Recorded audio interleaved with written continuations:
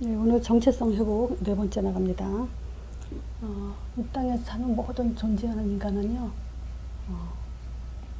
이 두 가지의 눈을 뜨고 살아야 됩니다.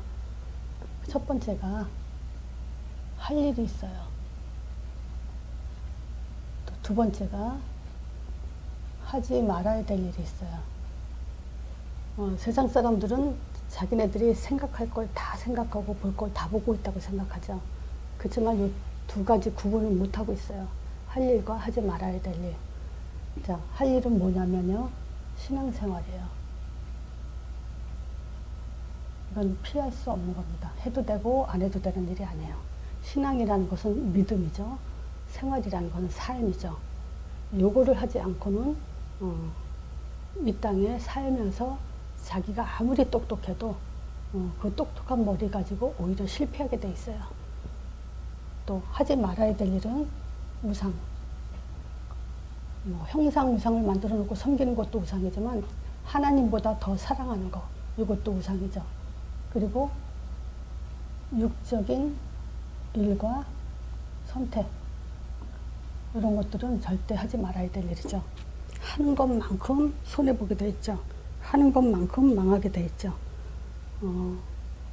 그 요한복음 9장에도 소경이 눈을 뜨게 되는데, 눈 뜬 후에 이제 예수님이 잠깐 피신했다가 다시 찾아와서 한 말이 그 말이에요. 너가 나를 누군지 아냐 했을 때 모른다고 하죠. 그래서 다시 알려주고, 그때 하신 말씀이 뭐냐면, 본다고 하는 자에게는 보지 못하게 할 거고, 못 본다고 하는 자는 보게 할 거다 그러죠. 바로 그거예요. 정말 우리가 이 땅에 살면서 봐야 될 것과 보지 말아야 될 것을 구분하지 못하면 안 된다는 거죠. 자, 지난주에 그 정체성 집중에 대한 이유 두 가지를 말씀드렸어요. 오늘은 정체성 집중에 대해서 네 가지를 말씀드릴 거예요. 자, 첫 번째가 지난주에 말씀드렸죠. 정체성 회복 세 번째 말씀드렸어요. 왜 우리가 정체성에 집중해야 되냐? 하나님의 모든 집중이기 때문에 그래요. 목적이자 결론이기 때문에 그래요. 말하자면 인간이 다예요, 하나님은. 그렇기 때문에 이것을 우리가 또 구체적으로 뭘 볼 수 있냐면요, 그 이유가 왜 우리가 목적이고 결론이냐? 하나님은 사랑이시기 때문에 우리 없이는 살 수 없는 존재, 혼자 영원하신 분이지만 혼자 영원히 살고 싶어 하지 않는 분이라 했죠. 그래서 우리에게 그 하나님의 사랑의 본질을 대상으로 우리를 창조하셨기 때문이죠. 그래서 우리 인간에게 그리스도의 기능, 삼직의 기능을 주신 거예요. 사랑의 조건은 뭐죠? 조건은 없지만 사랑에 있어야 될 그 부분은 대화가 통하고 또 마음이 통하고 방향이 통하는 것. 그것이 하나가 되는 것. 그게 됐을 때 비로소 사랑이 이루어지죠.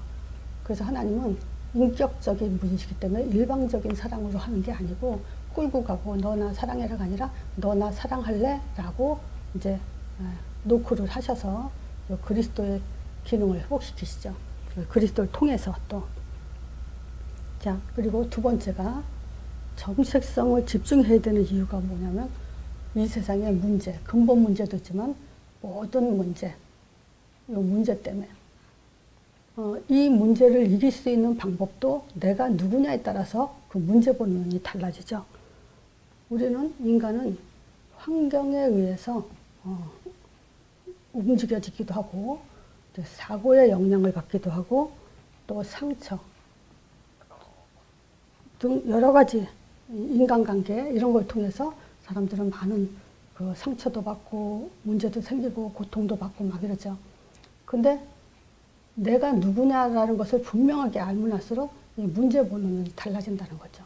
그러면 처신하는 것도 달라지고 삶의 방법도 달라지고, 그래서 우리는 이 문제 때문이라도 우리는 더 정체성에 집중해야 돼요. 자, 또 세 번째는 뭐냐면요, 우리 정체성에 집중해야 되는 이유가 뭐냐면 복음, 즉 하나님의 이름의 가치 때문에 그래요. 하나님은 우리를 통해서 하나님의 이름을 영광받기 원하세요. 이 복음의 가치가 드러나길 원하세요. 이 정체성 때문에. 그래서 우리는, 우리의 정체성은 어떤 정체성이냐? 하나님의 이름을 찬양하고 신뢰하고 영광 돌리는 그런 정체성이기 때문에 그래요. 그런 존재. 자, 그리고 데살로니가 전서 1장 5절에 보면 여기 나와 있죠.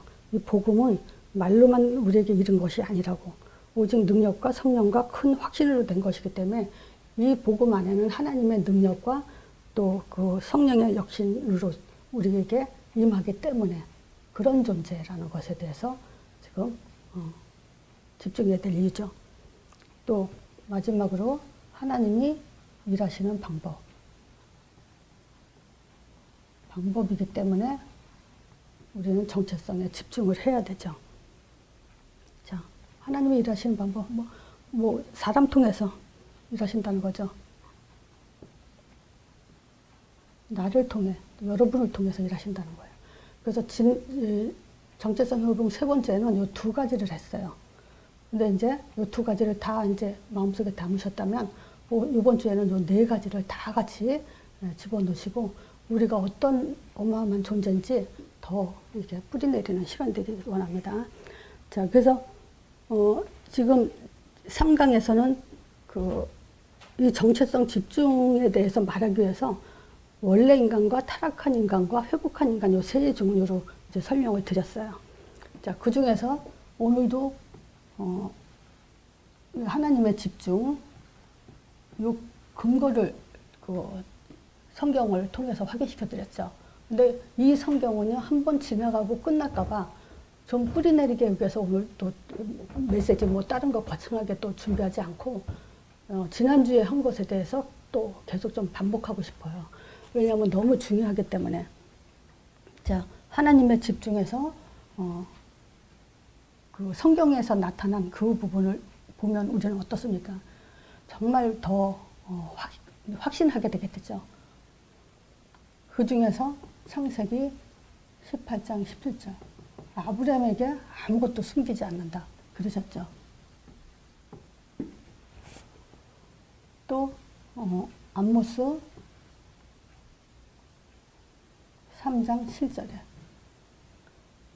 주 여호와께서는 자기의 비밀, 하나님의 비밀을 절대 감추지 않는다 그러죠. 그리고 선지자들에게 그 비밀을 드러내놓지 않고는 행함이 없다 그래요. 그런 존재예요. 우리의 신분은 어떤 존재냐? 비밀은 누구만 공유하죠? 아주 함께하는 친구 또는 중요한 사람, 이런 사람하고 비밀을 공유하죠. 아무에게나 비밀을 공유하지 않죠. 바로 하나님 형상대로 지음받은 회복한 그 사람에게 하나님은 자기 비밀을 감추지 않고 또 행하지도 않는다고 할 정도예요.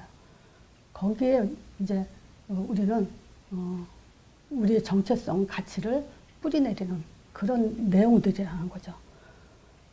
자, 출애굽기 7장 1절에 모세 보고 바로왕 앞에 신으로 세웠다 이렇게 얘기하시죠. 그래서 우리의 그 정체성은요, 진짜 이거 알면 할수록 어마어마해요. 말로 표현할 수 없을 정도로. 자, 요한복음 15장 15절에도 우리를 친구라고 하면서 종은 그 주인이 하는 일을 모른다고 하죠. 그렇지만 친구에게는 다 얘기한다. 그래서 예수님이 직접 그래요. 아버지한테 들은 것을 다 너한테 말했다. 알게 했다. 그러죠. 또 누가복음 16장 19절 31절에도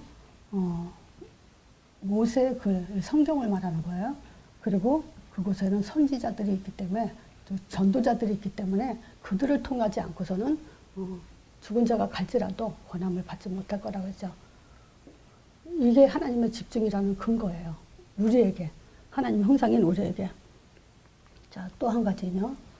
마태복음 19장 3절에서 12절에 오늘 본문을 내가 이걸 잡았거든요. 여기에 그런 내용이 있어요. 바리새인들이 예수님을 시험을 해요. 무슨 시험을 하냐면 구약에는 절대 이혼 증서 써주지 말라고 이혼하지 못하게 했거든요. 근데 모세는 바울이 바울이 누구냐 갑자기 생각이 안 나는데 잠깐 끊었다가 다시요. 자, 마태복음 19장 3절에서 12절에 오늘 본문을 이걸 잡았는데요. 여기에 지금 예수님이 사역을 하실 때 바리새인들이 예수님을 시험하려고 이제 물어보죠. 아무 연고도 없이 아내를 버리는 것이 옳은 거냐고. 그랬을 때 예수님이 그건 아니라고 얘기하죠. 그때 이런 말을 해요. 그럼 모세는 왜 이혼 증서 써주라 그랬냐 했을 때 예수님이 하신 말씀이 그 시대는 사람들이 너무 강팍하고 악했기 때문에 모세가 그랬다. 이 말은 무슨 말이냐. 하나님은 이 땅에 자기가 쓰는 일꾼, 제자 또는 사역자 편을 든다는 얘기예요. 나는 이 내용을 보면서 우리가 얼마나 더 중요한지 그걸 더 확인할 수 있는 내용이었어요. 그래서 하나님의 집중의 이유, 그 내용들을 볼 수 있는 그런 증거들입니다. 자, 그래서 누구에게 집중하냐? 회복한 인간에게.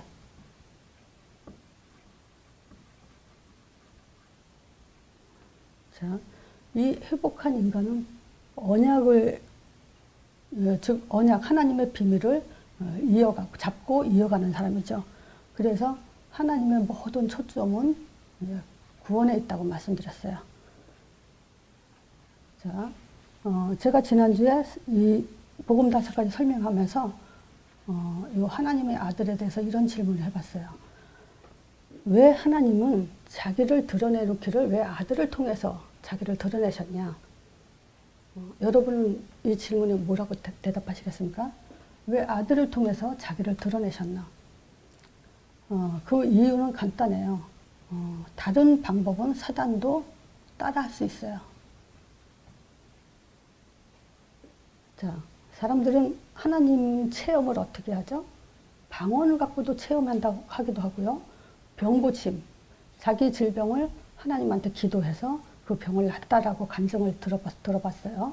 그리고 또 자기의 간절한 어려움을 기도를 통해서 이제 회복됐다. 어떤 사람은 꿈을 통해서 하나님 만났다. 또 환상을 통해서, 음성을 통해서 하나님을 만났다라고 간증을 했죠. 난 그런 걸 좀 옛날 종교생활 때 들어봤어요.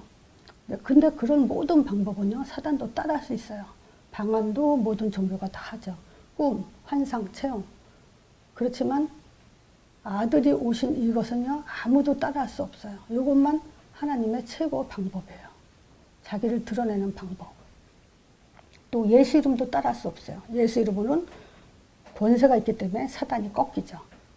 그래서 가장 중요한 것이 하나님을 알 수 있는 방법, 하나님을 드러내신 방법은 자기 아들을 통해서 자기 존재를 증명하셨죠. 그래서 하나님의 아들 그러면 뭐라고 대답하라 그랬죠? 머릿속에 빡 떠올라와야 되는 게 하나님 존재 증명. 그 뜻이에요. 하나님의 아들이란 말은 곧 하나님 존재 증명. 자, 그리고 이 십자가 사건이요. 그분이 오셔서 하신 일이 이제 십자가 사건인데, 이것은 로마서 8장 2절에도 보다시피 이는 예수 그리스도 안에 생명의 성령의 법이 있어요. 죄와 사망의 법에서 이를 해방했다. 말하자면 법적인 사건이에요. 하나님이 모든 문제, 요한복음 19장 30절 다 이루었다라는 법적인 그 사건이죠. 그래서 한 번에 단번에 영원히 끝났어요. 자, 죄 씻음이 아니고 죄 사함, 그 사건이에요. 그리고 부활 사건은 무엇일까? 신자들이요, 부활 그러면 그냥 다시 살아났다. 이제 거기까지죠. 근데 여기엔 중요한 내용이 있어요. 로마서 1장 2절에서 4절에 보면요, 이 복음에 대해서 잘 설명이 되어 있어요. 자, 뭐라고 설명했냐? 이 복음은 선지자들로 말미암아 그 아들에 관해서 성경에 미리 약속한 거야. 그래서 이 아들로 말하면 육신으로는 다윗의 혈통을 낳았어요. 근데 성결의 영으로는 죽은 가운데 부활해서 하나님 아들로 인정됐다고 얘기해요. 그 사건이요. 자, 누굽니까? 이분이 바로 예수예요. 그래서 이 예수 이름으로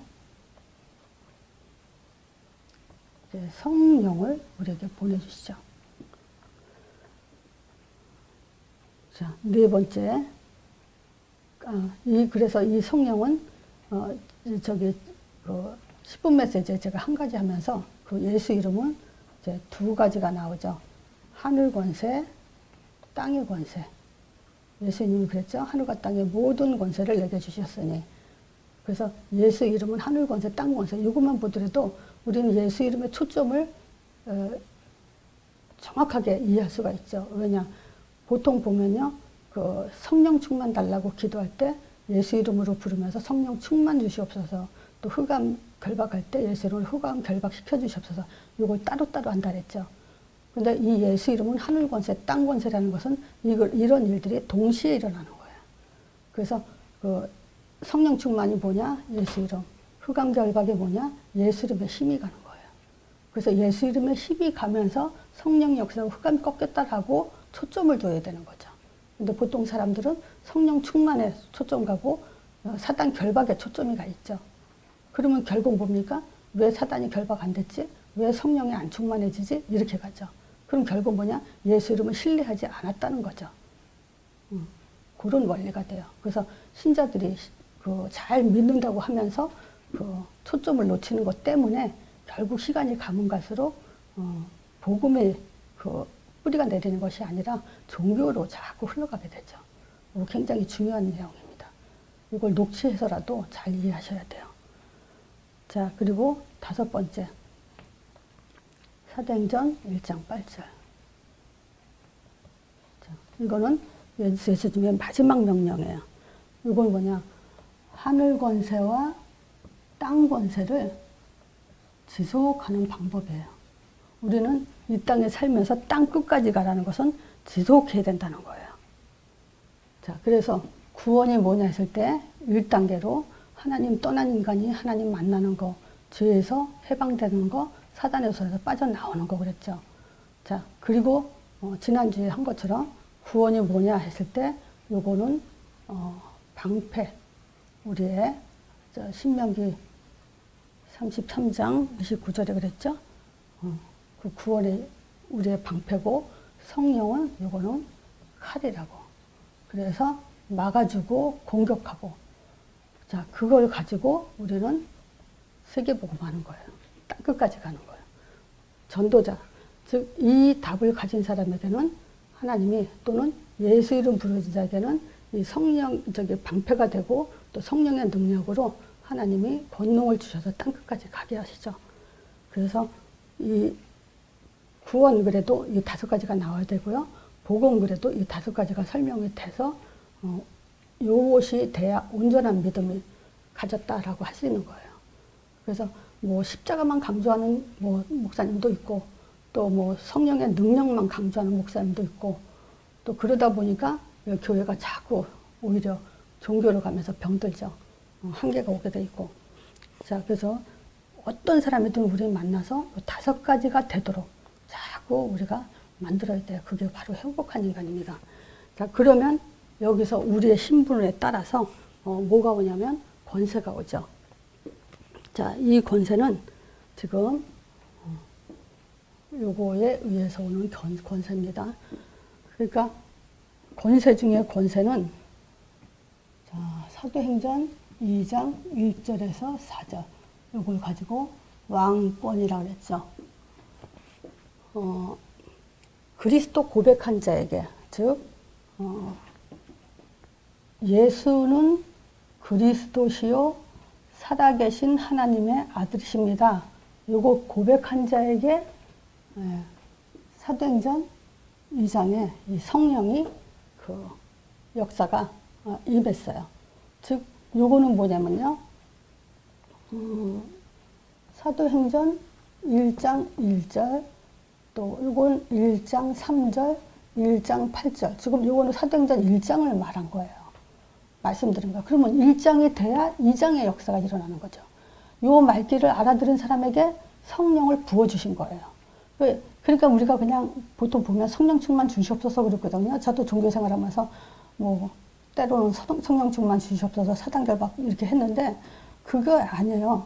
지금 말하자면 이것을 묵상하는 자에게, 이 답을 가진 자에게 성령을 부어주시는 거예요. 달라고 해서 주는 것이 아니라 이 언약 속에 고백을 하고 있는데 성령 충만 주는 거예요. 즉 말하자면요, 우리는 어떤 문제, 또 사건, 또 어떤 핍박, 또 어떤 감정 이런 것조차도 요걸로 답을 가져야 돼요. 그래서 답은 하나라고 그랬어요.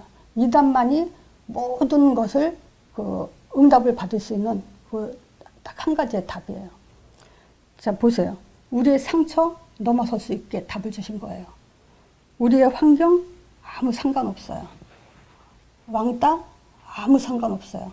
제가 미국에 와서 참 놀란 게 있어요. 뭐냐면 내가 알고 있는 자매가 이렇게 외출했어요. 식당에서 일을 하는데 왕따를 자꾸 당해요. 그래서 실제 물어봤어요. 어떻게 왕따 시키더냐 했더니 이제 쉬는 시간에 커피를 자기네들끼리 마시고 얘는 쏙 빼놓고 막 마신대요.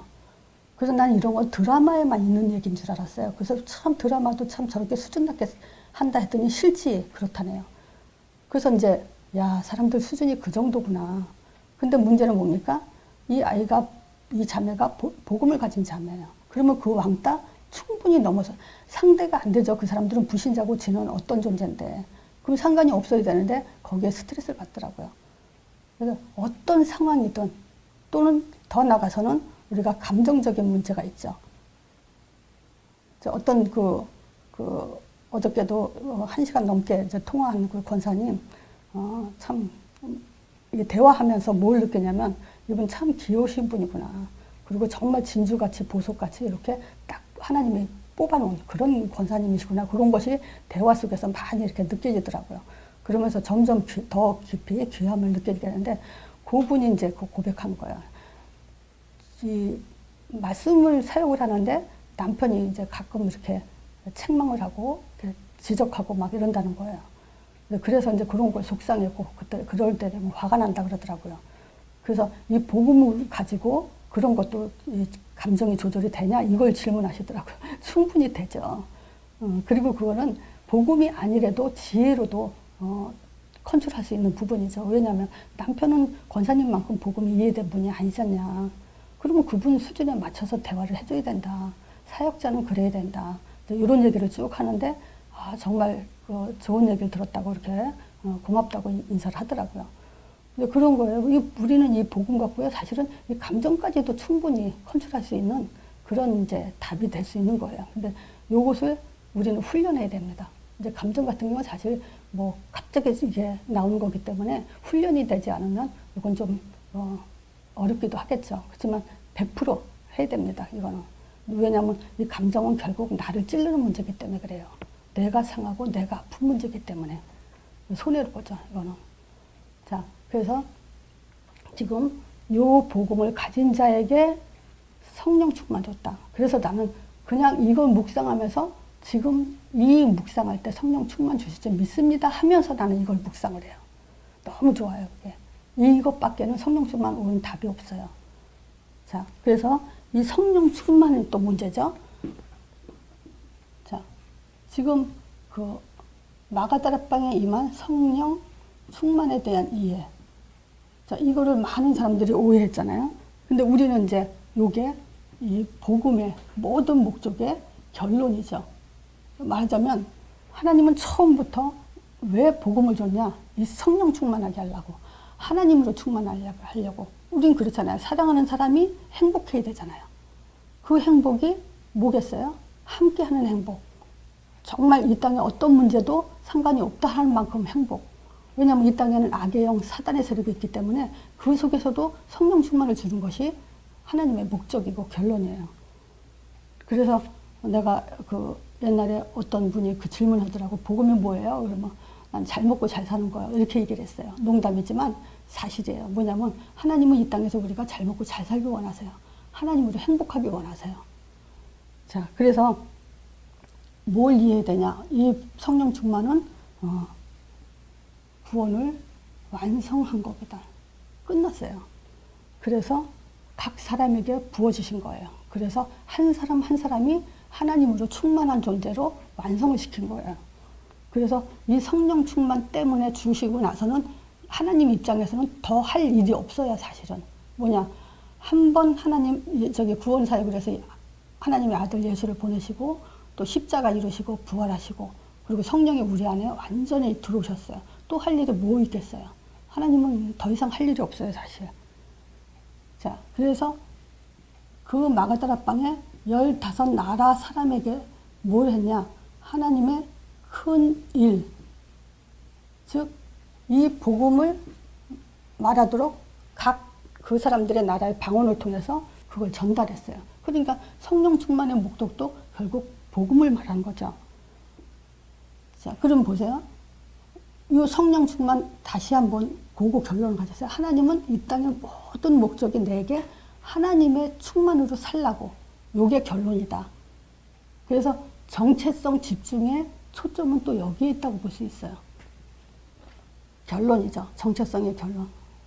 하나님이 나로 충만해라. 그것밖에는 없어요. 자, 그러면요. 이것은요. 성령 충만했어요. 그러면 어떻게 될까요?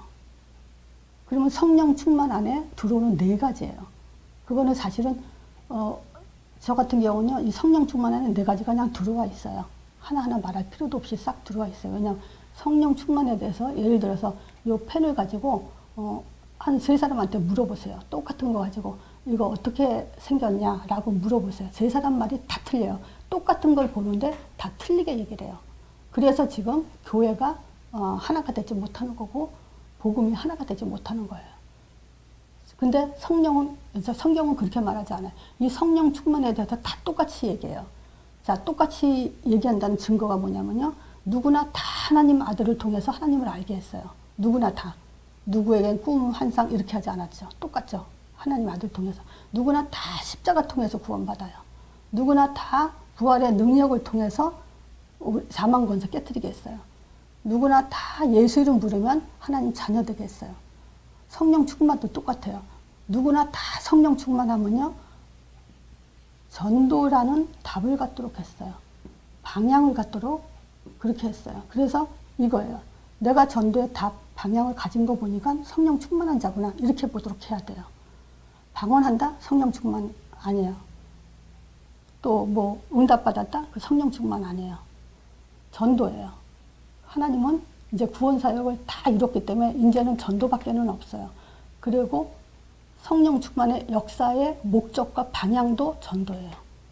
그래서 모든 사람이 구원받은 다음에 부족하더라도 질병이 있다 하더라도 뭐 무슨 일이 있다 하더라도 이 전도라는 것에 답이 나도록 그 사람 수준에 맞춰서 설명을 해줘야 돼요. 처음부터 새신자들에게 너 전도에 답 나야 돼. 그거 이해가 안 되죠. 복음을 자꾸 얘기해주면서 할 말이 있게 만들어주면 되는 거예요. 자, 이게 성령 충만의 키예요. 그래서 뭐냐, 인생의 삶의 목적과 방향이 나오도록 해줘야 돼요. 예배 왜 드리냐? 전도 때문에. 자녀 삶의 행복이 과연 어디 있냐? 전도. 경제의 목적이 뭐냐? 전도. 건강의 목적이 뭐냐? 전도. 모든 삶의 인생에 우리가 속해 있는 모든 것이 다 전도 때문이라는 것에 결론이 나야 돼요. 그리고 전도는요. 문제 보는 눈과 사람 보는 눈, 이거 보는 눈이 달라져야 돼요. 그래야 전도할 수 있어요. 이건 무슨 말이냐면요. 모든 것, 이길 힘을 가져야만 되게 되어 있는 거예요. 그래서 우리는 하나님은 복음을 가진 자에게 모든 문제, 이런 문제, 저런 문제를 해서 문제 가지고 이게 힘을 갖도록 훈련하세요. 자, 그리고 전도는요. 하나님 입장에서는 모든 걸 보장해 주는 거예요. 3번째, 말씀 성취. 성령 충만은 곧 말씀 성취예요. 왜냐, 하나님의 말씀은 내가 여인의 후손 보내겠다. 그리고 그 구원 사역 이루고 너에게 성령 충만 주겠다. 이게 말씀 성취예요. 언약 성취. 말하자면 성령 충만이요. 그게 말씀 성취예요. 그리고 또 뭐냐, 전도에 답나게 하는 것이 말씀 성취예요. 그래서 복음을 아무리 들었는데 전도에 답 안 난다. 그건 말씀 성취된 사람이 아니에요. 그래서 이걸 어디서 볼 수 있냐면요. 사도행전 27장 20절에서 25절. 여기에 바울이 그랬죠. 여러 날 동안 해와 달이 풍랑을 만나죠. 유라굴로라는 광풍을 만나죠. 근데 여기서 20절에 보면요. 여러 날 동안 해와 별이 보이지 않고 아주 막막한 그때 그 풍랑이 굉장히 심했죠. 구원의 여망이 전혀 없다 그랬어요. 근데 거기다가 여러 날 동안 굶기도 하고 그때 이제 하나님이 바울에게 보내서 바울에게 기도하는 바울에게 그 체험을 하게 되죠. 그때 바울이 고백한 거 그거예요. 나의 속한 바 나의 성기는 하나님의 사자가 어젯밤에 내게 와서 지금 말씀하셨다. 바울아 두려워 말라. 네가 가이사 앞에 서야 하고 또 하나님께서 너와 함께 행사하는 모든 자를 아무 일 없게 해주겠다. 다 내게 주셨으니까 너로 인해서 그들이 다 생명을 구원할 거다. 그랬죠. 그러면서 그때 한 말이 그러므로 여러분이 안심하라.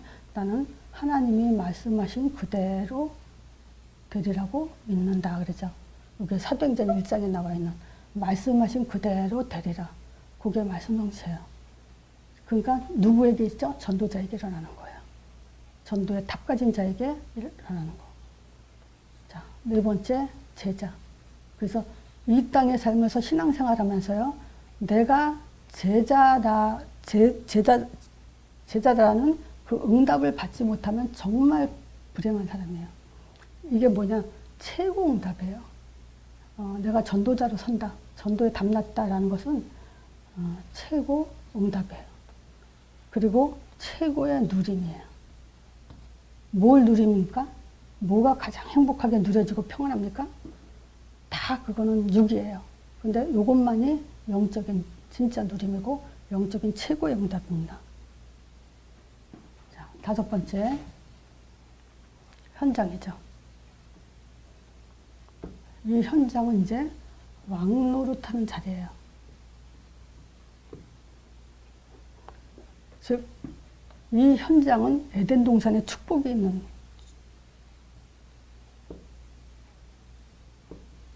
그런 자리예요. 자, 그래서 충만의 자리다. 가장 충만할 수 있는 자리가 그 현장이다. 그래서 모든 문제, 복음 다 적용할 수 있는 자리. 또 두 번째, 요 위에 네 가지 응답의 자리.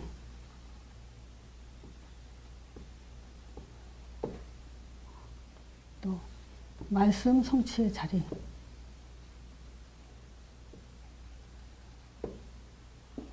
왕노릇한 자리예요. 현장이라는 것은. 자, 그래서 결론적으로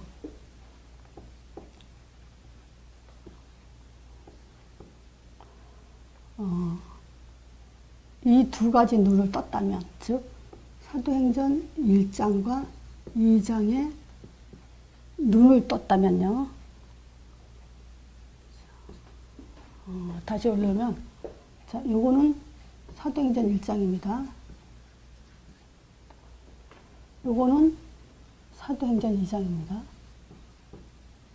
요 두 가지 눈을 떴다면요. 우리에게 가문에 흐르는 영적 문제가 있어요.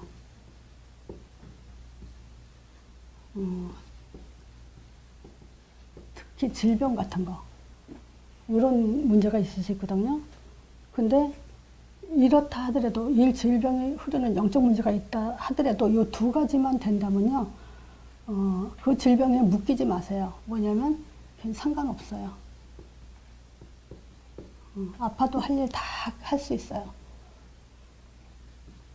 전도자의 삶의 일은 다 할 수 있어요. 그 대신 이제 그 가문에 흐르는 영적 문제에서 뭐 그 중독 같은 거 있죠. 노름, 마약, 뭐 이렇게 술 이런 거 그런 것들은 내가 이렇게 결단하고 안 할 수도 있는 문제, 그런 문제는 치유받아야 되죠. 갱신해야 되고. 하지만 질병은 내가 원해서 오는 게 아니잖아요. 근데 이런 것들은 사단이 갖다 주는 거기 때문에 사단한테 잡히지 마세요. 상관없어요. 또 하나님의 계획일 수도 있죠. 그래서 이 문제를 보는 눈은 제가 세 가지를 말씀드리죠. 뭐냐면 지나가는 문제 또는 갱신해야 될 문제, 또 하나님 계획이 있는 문제, 이렇게 셋으로 구분하시면 돼요. 자, 이 상처, 요 두 가지가 된다면 이제 발판으로 삼으면 돼요. 또 감정, 요거는 정복하세요. 이거 정복 못하면 뇌가 아파요. 또 우리는 종교성, 요거는 우리는 묶이게 되는 거예요. 요거서 벗어나시면 돼요. 또 벗어버려도 되고요. 또 상식이나 인격, 이것도 기본적으로 필요한 부분이죠.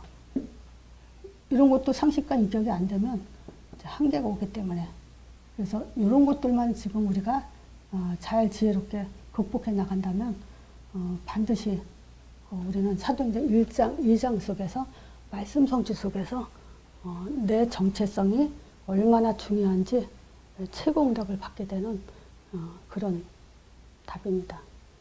자, 그래서 이 신분과 권세의 사도행전 1장, 2장 이거는요 모든 메시지의 중심이에요. 요거 가지고 모든 메시지가 들려와야 돼요. 그래서 집중해, 정체성 집중의 이유 두 번째 오늘 마치겠습니다. 이걸로.